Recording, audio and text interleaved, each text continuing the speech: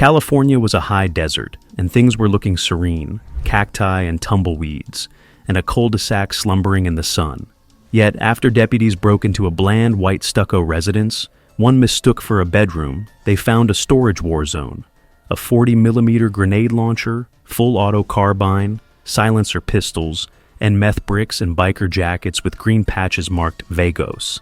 In one night, the club lost its rebel without a cause veneer. This was not old-fashioned lusty Americana. This was the militarized version of organized crime on chrome rims, and they were well entrenched in the suburbs. Buckle up.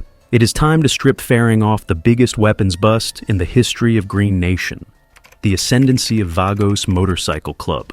In 1965, the Vagos Motorcycle Club started off as a rocking band of unsettled, speed-hungry war veterans riding around in Southern California. The affordable, flat-headed Harleys, battle adrenaline, and the thirst of Brotherhood joined them under the green patch of Loki. The first adventures involved fights in the local bars, midnight car trips, and campfires along the road. Plenty of bluster, but not that much lead.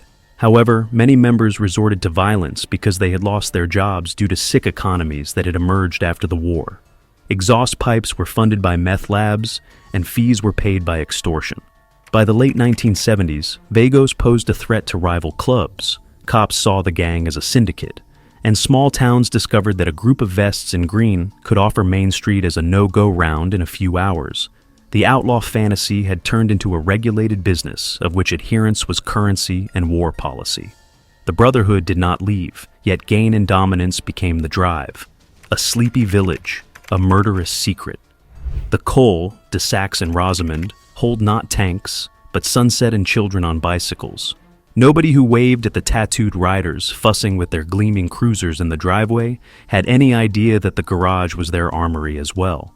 Rifles were hidden behind the wall cavities, a grenade launcher was kept under the rolled-up beach towels, and meth crystals were chilling with the baby formula. Leaders of the Vagos prefer suburban anonymity intentionally, keeping the yard clean and discarding suspicious interest. I order something on Amazon, and another shipment was delivered by the Vagos in the parts, and can be found conjuring alibis in school. By the time the door was pierced and the door was stormed by the deputies, they were heavily armored. It was a good thing they were. There were wires that had been booby-trapped along the floorboards and locking up a pit bull and a load of magazines. The bust was an illustration of how the modern biker gangs disguise themselves in HOA rules, making idyllic and peaceful neighborhoods into forward base operations. To those out there, the lesson was incinerating. Evil will stand camouflaged in plain view behind the blissful white picket fence. A booby-trapped biker clubhouse. More than a decade ago, Vagos offended authorities with homegrown terror equipment in Hemet, 2010 before Rosamond. A sleepy city became a headline in a true crime novel because of a gas-filled pipe connected to the police gates, a tripwire bomb placed on an unmarked cruiser, and a fiery dart attached to the front door of a detective. They termed it as urban guerrilla warfare by the investigating officers. The traps were not a random act of somebody, it was retaliation to a meth raid several months prior. Motorcycle engine elements were pressed into new uses by club engineers. Brake line tubing made into detonator housings, spark plug wires used as fuses, and steel sprockets ground to shrapnel. Any machine would send a signal, push on us, and we push more. The technicality amazed bomb experts. Not many street gangs would be this mechanically brilliant. The cops discovered that outlaw bikers are not hostile gun-wielding punks, they are training fanatics, technically oriented, and ready to go to the next level beyond fists and Glocks. The Hemet operation changed California law enforcement forever. An EOD robot would lead the charge on any future warrant on Vagos territory, followed by detectives. Who is the Vagos MC? Vagos is also called the Green Nation, with estimated 4,000 full-patch members in 200 chapters that stretch throughout California to Scandinavia and Australia. Their Loki logo speaks of rogue, their bylaws of a paramilitary regimen. Each group has its presidents, vice presidents, sergeants at arms, treasurers, and road captains, as well as audited dues and obligatory quotas of rides. Toys on the Run charity and overtime road helping gigs shine up a Robin Hood image. But organizational control is up there with a cartel. Patch holders have to pack guns, no emergency rallying points, and vote in violent retribution. Support clubs, Wino Crew, Green Machine, Norsemen perform the roles of prospect pipeline and discardable enforcers, and protect the leadership against indictments. Colors are not fashion as it is propagated by Hollywood, but rather the territorial demarcation lines to warn competitors about the available space. On the surface, Vagos are fanatics about freedom of the road. Behind it, spreadsheets keep an account of meth money, firearms deliveries, and legal defense accounts. It is a fraternity, and fraternity soldered to a commercial structure. Operation, the weapons and meth. Instead, the Rosamond case opened with small-time gripes. The intimidation of a deli owner in the name of protection, a chain of RV park overdoses, and night runs into the Sierra foothills. Kern County narcotics detectives followed supply vans in relative silence, taking notice as they pulled up at feed stores to buy precursor chemicals and swap meets to buy parts. The aerial drones managed to take photographs of suppressed rifle tests firing against sand dunes. ATF employees tracked down serial number obliterators, getting receivers at Nevada gun shows, where straw purchasers had bought them using Bitcoin. At morning break, the last search warrant was dropped. 40 deputies, rooftop SWAT snipers, bearcats blocking exits, armored. Inside, they found 13 firearms, a grenade launcher, body armor plates, 44 grams of crystal meth, cash bundles vacuumed, sealed in covered tire tubes and ledgers, showing payouts to Sioux Nation Legal. The seizure showed that trafficking of narcotics and weapons were not separate plots, but one coordinated effort that is organized with the efficiency of an assembly line. Faces behind the gunpowder. It seems that there are foot soldiers in every gang bust, but this policy got command personnel. John Anderson, aka Bruiser, the chapter president of Antelope Valley, was surprised, mid-coffee, and cuffed in flip-flops. Ulysses Sly Navarrete, the sergeant-at-arms, drank himself out of XML Reno and into a $350,000 fugitive warrant. Angela Vasquez, the partner of Anderson, a gun-loving man, was charged with child endangerment because the authorities found toddlers sleeping meters away on loaded rifles. Mugshots, tired, not tough, amenities to the constant alertness that hacks away even the iron bikers. Several court affidavits accuse Anderson of approving the weapons stash as part of his preparation of future heat, or a future turf war. Navarrete is accused of handling straw buyers, getting money through casino chips in an effort to leave mandates. The manner in which strategy is centralized in outlaw clubs can be evidenced by the arrest of the members, with the president approving deals, the sergeants orchestrating muscle, and the partners washing cash. Lose that triumvirate and a chapter will fall, but history teaches that replacements will emerge within a short time by hopeful replacements. The loss of leadership is hurtful, and the engine continues to chug. Meth and mayhem, a deadly combination. Meth is to the biker gangs what oil is to the engine. All-purpose fuel, all-purpose lubricant, and all-purpose profit. Inexpensive precursors, anhydrous ammonia, pseudoephedrine, make an ideal match to rural clubhouses in which chemical smell mixes with exhaust. In the case of Vagos, meth is used to buy weapons, retain lawyers, and purchase commissary of inmates. Dealers sell grams out of saddlebags at desert raves and collect cash with less time being used than that needed by the bartender in roadhouses to pour. The drug makes members weapons too. 20-hour runs on Crystal Crank transform riders into hyper-aggressive enforcers who will break bones, deal out guns, or flash away at 120 miles per hour. In the Rosamond bust, a miniature lab was discovered with plywood blocking the backside of it, beakers blackened, red phosphorus stains, recipe books with biker jargon. On one cooking day, a cooker stands to earn thousands, but there are blasts, poisons, and federal fines to worry about. Nevertheless, the reward-risk ratio is attractive among outlaw clubs who seek autonomy of cartel suppliers. Meth makes them vertically incorporated, vicious, and tough to be starved of cash. The arms which startled the state. California laws are so strict and prohibit the automatic firing of rifles and grenade launchers, but both were taken by the deputies. There was a rust-stained M203 tube, probably Vietnam surplus, rust-stained and next to polymer frame ghost guns, parted together 80% kits. A taped Uzi, whose serial numbers had been milled off, was situated in a crib mattress. Armor-punching rounds in the .308 were also seized, along with signal flares converted to incendiaries, and a duffel bag filled with stolen police flashbangs. Everything was in a place: rifles to break barricades, launchers to intimidate, silencers to make a sly shot, and flashbangs to rule a crowd in case gangs broke the doors to burst the party because the opposite club stained their territory. Sources involved in the investigation firmly believe that numerous pieces have been brought in through biker swap meets where money, parts, and favors are exchanged a lot quicker than they can ever be tracked by registries. The cash subverts stereotypes. Outlaw clubs are not just gearing to fight their way into the bars, they are getting ready to fight in small units. Lawmakers describe the bust as a wake-up call, and they want harsher trafficking punishments and cross-state investigative teams. The reason law enforcement is afraid police struggle with cartels, street gangs, and militias. But outlaw bikers are a mixture of all. The members are adults who have experience in the military, who have a good sense of mechanics, and mobile firepower. They can exchange coded directions using Garmin GPS. They have counter-surveillance officers at gasoline stations, and can disappear into the traffic of motorcycle donors in a matter of seconds.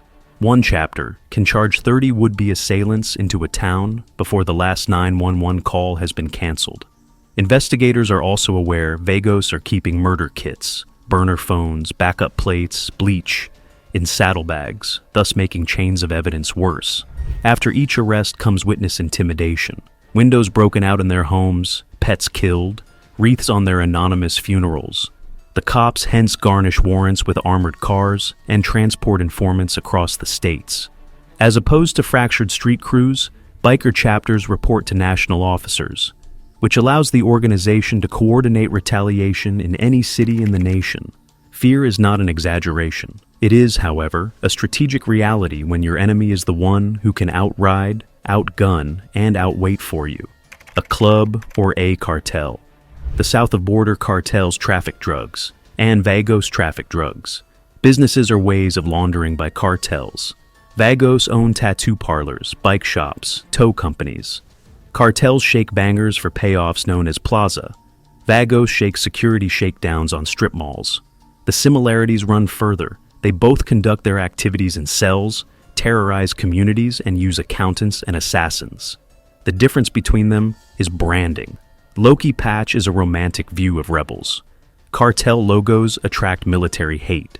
However, DEA spreadsheets indicate that meth loads confiscated in Vagos trucks are competing with the loads in cartel tractor trailers. Hundreds of thousands were moved via cash apps, casino markers, and USPS money orders, all of which are straight-out money laundering according to financial analysts.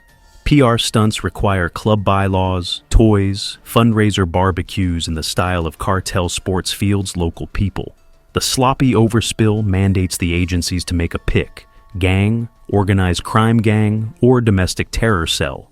Until definitions can be established, prosecutors are trying to balance patch iconography, RICO laws, and popular interests in bad boy bikers. The silence code. And on each of the outlaw patches sewed into leather, an oath which is unwritten: never speak to cops. Fellowship is treason, punishment is treason. The punishments go up to hands to chains to graves. The creed is supported by club meetings-church. Prospects are put through an interrogation drill, and they are taught to respond to any query with a no comment. Prepayment of chapter dues provides defense lawyers, and this eliminates the chances of a detainee not flipping a case to mobilize a plea of a public defender. Even family members are under strain. Mothers refuse communications, husbands pretend not to understand, and neighbors turn off the cameras on the doorbells when officers come. This makes the silence difficult to prosecute. Guilty cases depend on wiretapping, secret agent evidence, or lab tracks. No sooner do outsiders testify, then it becomes followed by intimidation, slashed tires, firebombed garages, or mysterious funeral broadsheets left on the windshields at midnight. They are loyal due to mutual risk. Betray one Vago, and your betrayal will be punished. All of them will seek vengeance. Motorcycle medieval omerta, alive and roaring in present-day America. The family life in the shadows.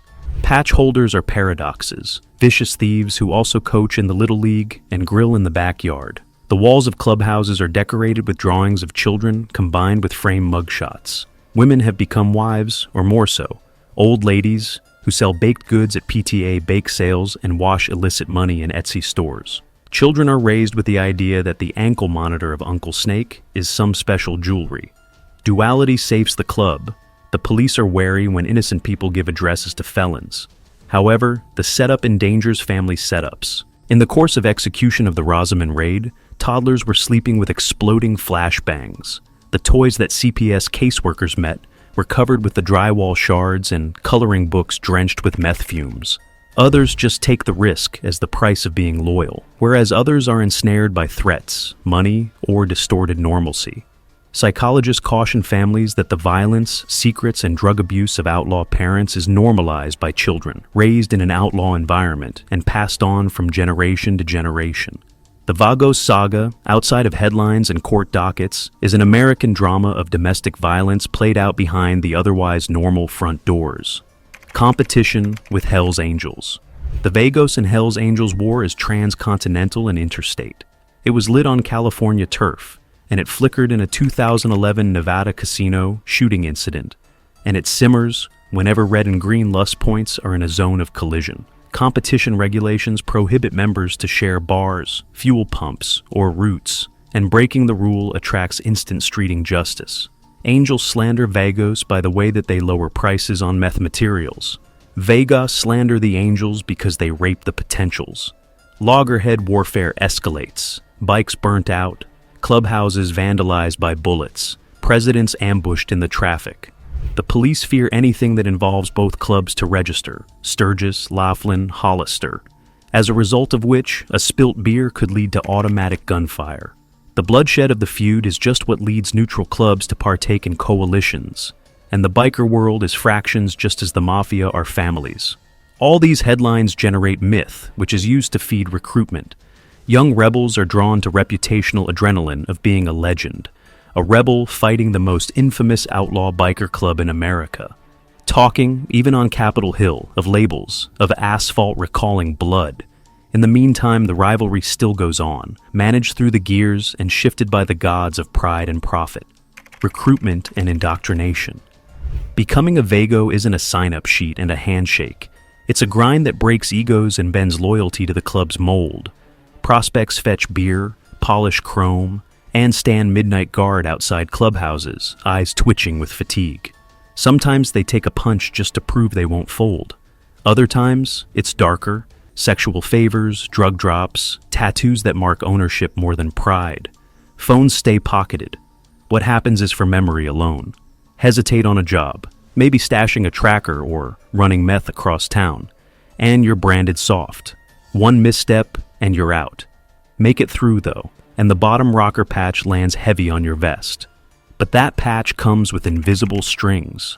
Elders don't let you forget who bailed you out, who taught you the code, who beat loyalty into your bones. This isn't just a gang, it's a classroom too. Recruits memorize bylaws, learn how to dodge surveillance, and figure out their legal rights by heart. By the time that full patch glints in the sun, they've already made the real decision: live and die for Green Nation. The business of fear. Fear pays better than any currency. For Vagos, it's more reliable than bullets and slicker than crypto. It starts with a smile and a warning, something like, "Nice shop you've got. It would be a shame if something happened to it." Most owners get the message. Cash ends up under motorcycle seats every week, a quiet thank you for protection they didn't ask for. If that doesn't work, loud burnouts at closing time, shattered windows, or red X's on mailed family photos usually do. Fear doesn't need a payroll. One broken window whispers across blocks. Whole neighborhoods fall in line. Even city councils respond. They budget for extra patrols, pumping public money into private intimidation. Fear also keeps mouths shut, leaving drugs moved and weapons stashed without interference. Vagos figured it out long ago. Silence is easier than war. But pressure builds. When it gets too loud, when the fear backfires, neighborhoods fight back. Security guards, petitions, federal heat.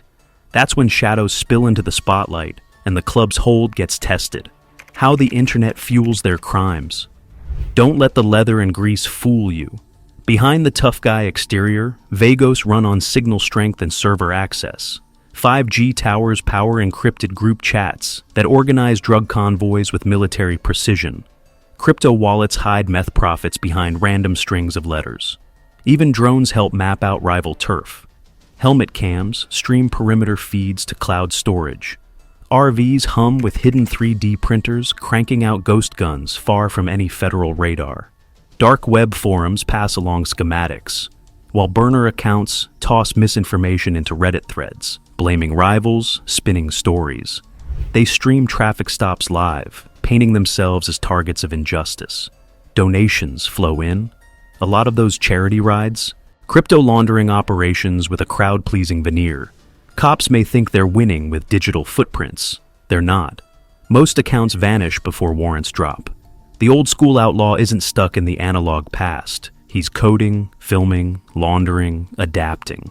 When women join the ranks, for women in Vagos territory, it's a tightrope walk. As old ladies, they get perks, reserved seats, party funds, VIP intros at rallies, but status comes with strings. Some don't stop at support roles. They stash cash, courier pills, even run the books, because most cops still underestimate a woman with a diaper bag.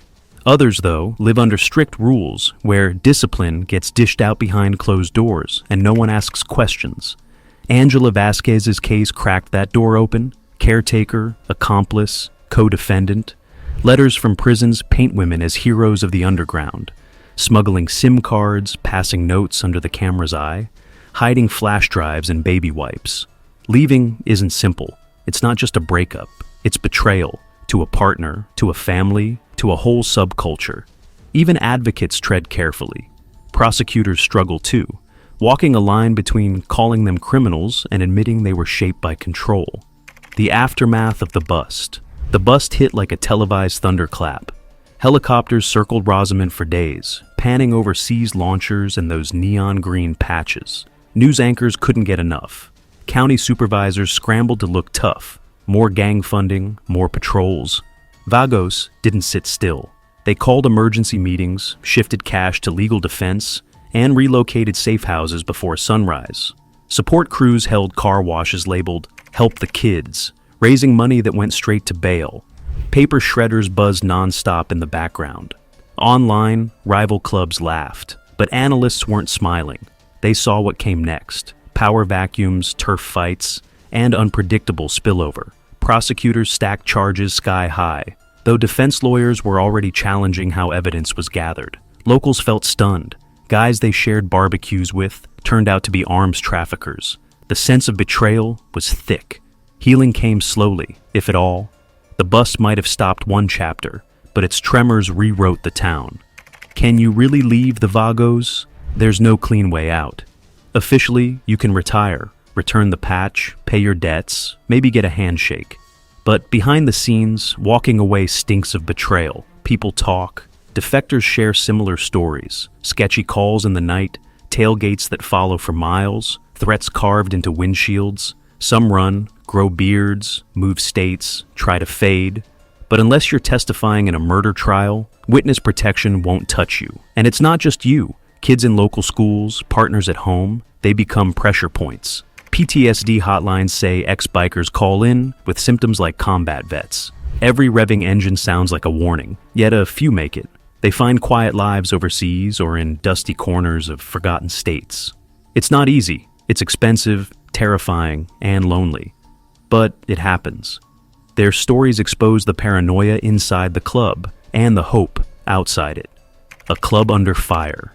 The Green Nation's under pressure from every angle: federal racketeering, state-level gang laws, city ordinances banning their colors from festivals. Banks freeze accounts. Insurers drop coverage. But the machine adapts. Chapters splinter into smaller, mobile crews. Meetings go virtual, encrypted apps only. Revenue shifts into legal cannabis and mining crypto. Younger members bring tech skills the founders never dreamed of. For law enforcement, each win brings setbacks. Lock one guy up, and two more start prospecting. Meanwhile, communities organize. Surveillance ramps up. Former members speak out in schools. ATF joins forces with neighborhood watches. The question hangs in the air, pressure or powder keg. Maybe both. One thing's clear, outlaws still ride. Desert highways are long, and someone's always ready to chase freedom under a green flag. The Rosamond weapons seizure tore the veil of the romanticism of roaring engines and open roads and showed an elaborate and horrifyingly well-planned criminal enterprise that has been right under our noses. Even in the meth lab, grenade launchers, modern outlaw bikers have a wheel of the bike in the suburbs and the other in the darkness of paramilitary. The triumph of law enforcement was fatal, but not definitive. Green Nation is damaged, but not eliminated. Fragment, evolve, retaliate. A single thing remains the same. The line between the folk hero rebellion and the merciless enterprise is shaving thin. Look out. That is the next chrome-clad conflagration that comes down the road, and possibly rather than freedom that carries it.